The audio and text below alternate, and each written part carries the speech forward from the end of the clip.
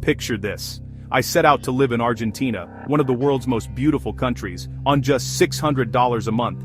People said I was crazy, that I'd be living on bread crusts and park benches. But what if I could trade expensive habits for real adventure? My plan: pack a bag, fly to Buenos Aires, and live like a local. I wanted to see the real Argentina, not the tourist version. $600 wasn't random. It was just enough to be scary, but not enough for comfort. This was about living, not just visiting. Could I find happiness, friendship, and good food without a fat wallet? The moment I landed, the adventure began. Buenos Aires was alive with history, passion, and the smell of grilled meat. My Spanish was basic, my budget was tight, but my heart was full of hope. This wasn't just a trip, it was a test of resourcefulness and joy in the small things. I want you to feel the warmth of the Argentine sun and the challenge of navigating a new city on a shoestring. We're going to explore what it really means to live, not just exist, on a budget most people call impossible. This is the untold story of living in Argentina on $600 a month. And trust me, it's a story worth hearing. First, I needed a roof over my head. My housing budget? $200 a month. Goodbye, fancy apartments. I searched for shared apartments, or compartidos, where you rent a room with other people. My search led me to Almagro, a lively, authentic neighborhood. I found a simple room for rent. Good light. No drama. Perfect. The building was old, the elevator ancient, but my room was clean and safe. My landlady, Elena, spoke no English but communicated with smiles. The rent? Just under $200. I took it. Living there taught me you don't need much space to be happy, just a place that feels like yours. My roommates were a mix of Argentinians and travelers. We shared meals, stories, and slow internet. That kitchen was my crash course in Argentine culture. Sure, the water heater was moody and the walls were thin, but it was home. Those imperfections made it real. Finding that room proved it was possible to live well on very little. The foundation was set. Let's talk food, one of the best parts of travel, especially in Argentina. My food budget, $150 a month, about $5 a day. The secret? Shop and eat like a local. Supermarkets were pricey, so I turned to family-run verdulerias, carnicerias, and panaderias.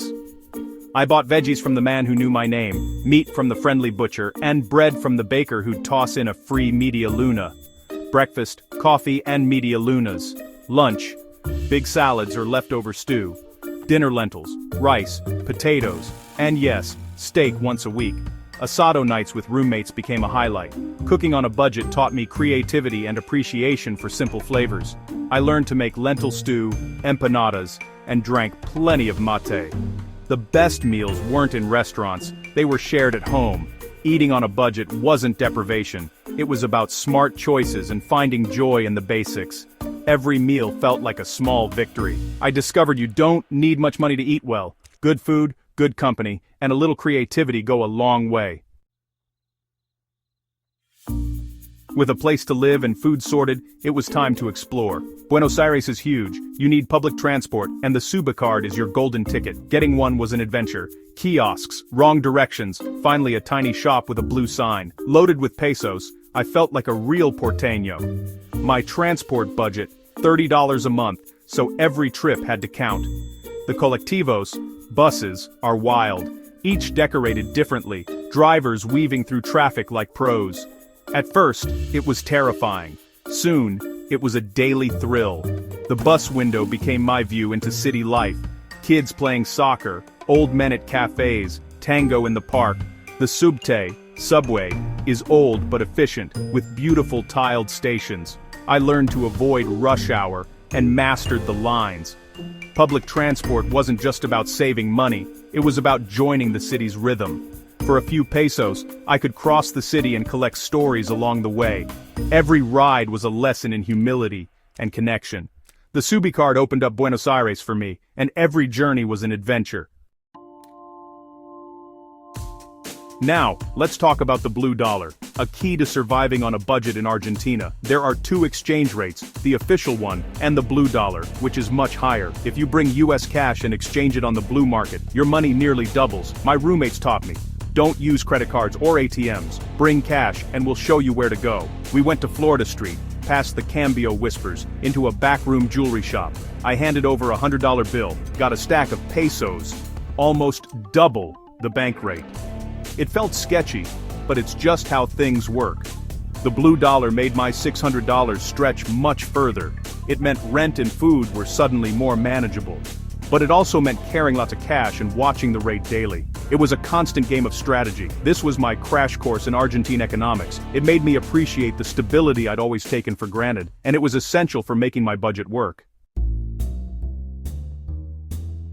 With no money for bars or restaurants, I had to get creative about making friends. It started with a smile and a buen dia to everyone. The baker, the bus driver, my neighbors. Soon, people smiled back and doors opened. My apartment became my social hub, roommates from all over, sharing meals, movie nights, and stories. Parks became my living room. I joined groups sharing mate, talking for hours. Sharing mate is a ritual of trust and friendship. I met students, artists, musicians. No money needed, just openness. Language exchange events were another goldmine, free, fun, and full of new friends. We'd help each other with Spanish and English, laugh at our mistakes, and explore the city together. Friendship wasn't about spending money, it was about shared experiences and genuine connection. I learned that the best things in life really are free. A smile and an open heart go further than any budget. And that's how I found my community in Buenos Aires. I won't sugarcoat it. Living on $600 a month was tough. Unexpected expenses, like medicine or a broken phone, could wreck my budget. I tracked every peso in a little notebook. It was exhausting. One week, I got sick and had to cut my food budget even more. Lots of rice and potatoes.